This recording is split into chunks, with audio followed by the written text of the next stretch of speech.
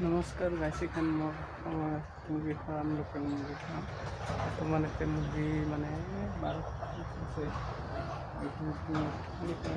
মুৰ্গী আছে কণী পাৰৰ কাৰণে আছিল মুৰ্গী, সেইখিনি বিক্ৰী কৰিছিলোঁ। এবাৰ এতিয়া নতুন 200 মুৰ্গী লোকেল মুৰ্গী ফাৰ্ম, আৰু এইখিনি আছে ইটো বেছি দিয়া কদিনমান তেতিয়া বেছি দিয়া 15-20 দিন বেছি দিয়ে। এবার নতুন মুৰ্গী আনিম আৰু সকাম আছে, কামখিনি করে এইবিলাক কাম করবো আছে। এইখিনি কাম আছে, এইখিনি কাম করে মাটি কাটি ফুরাব আছে, সাফ সাফাই করবো আছে। এইবিলাক মকৰা জাল হয়ে আছে, এই সাফ সাফাই কৰে এইবিলাক অলপ এইবিলাক মুৰ্গী ওলাই যায়। লোকেল মুৰ্গী যিহেতু উড়ে ওলাই যায়, অলপ বনাব লাগব। আৰু আগের এইখিনি আগত অলপ কাম বাকি আছে, আগেরখিনি অলপ পাড়াই দিয়েছিল, সেইখিনি আগেরখিনি পাড়াই দিয়া নতুন করে পেড়া চেরা দিয়া বানাম।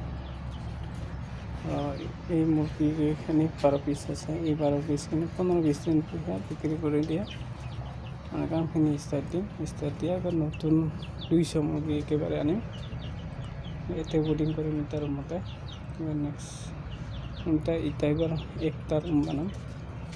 একটা বানাম মাঝে বেড়াটা খুলে দিন, উপরের এটা খুলে দিয়া এবার একটা বানাম।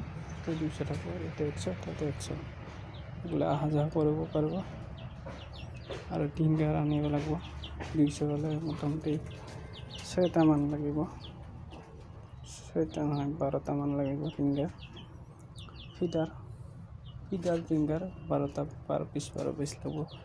মোৰ বৰ্তমান 12 পিস নাইলাম, আগৰ জিলাত ডিমা পাৰাৰ কাৰণে আছিল, কণী পাৰছিল আগৰ মুৰ্গীখিনি। সেইখিনি মুৰ্গী বিক্ৰী কৰে 25,000 টাকা পালোঁ।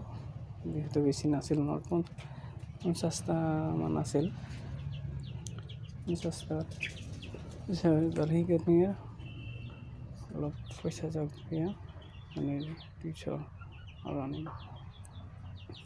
আর 200টা বোর্ডিং করাতে কি সিস্টেম সিস্টেম লাগে তাতে যদি আপনাদের জানিয়ে তাহলে নিশ্চয়ই দেখাম ভিডিও বানাই। আর এইখিনি মোৰ 2 মাহ মান হ'ল লাষ্টৰ মানে 2 মাহ মান হ'ল এইখিনি মুৰ্গী। আৰু 15 দিন মান ৰাখিব বিক্ৰী কৰি দিম। আৰ কি মেডিসিন খাব লাগে এটা জনাম, আপোনালোকে চাই থাকো মোৰ ভিডিঅ' হ'লে। আৰু ইউটিউব চেনেলটো মোৰ ছাবস্ক্ৰাইব কৰিব, লাইক কৰিব আৰু কমেণ্ট কৰিব।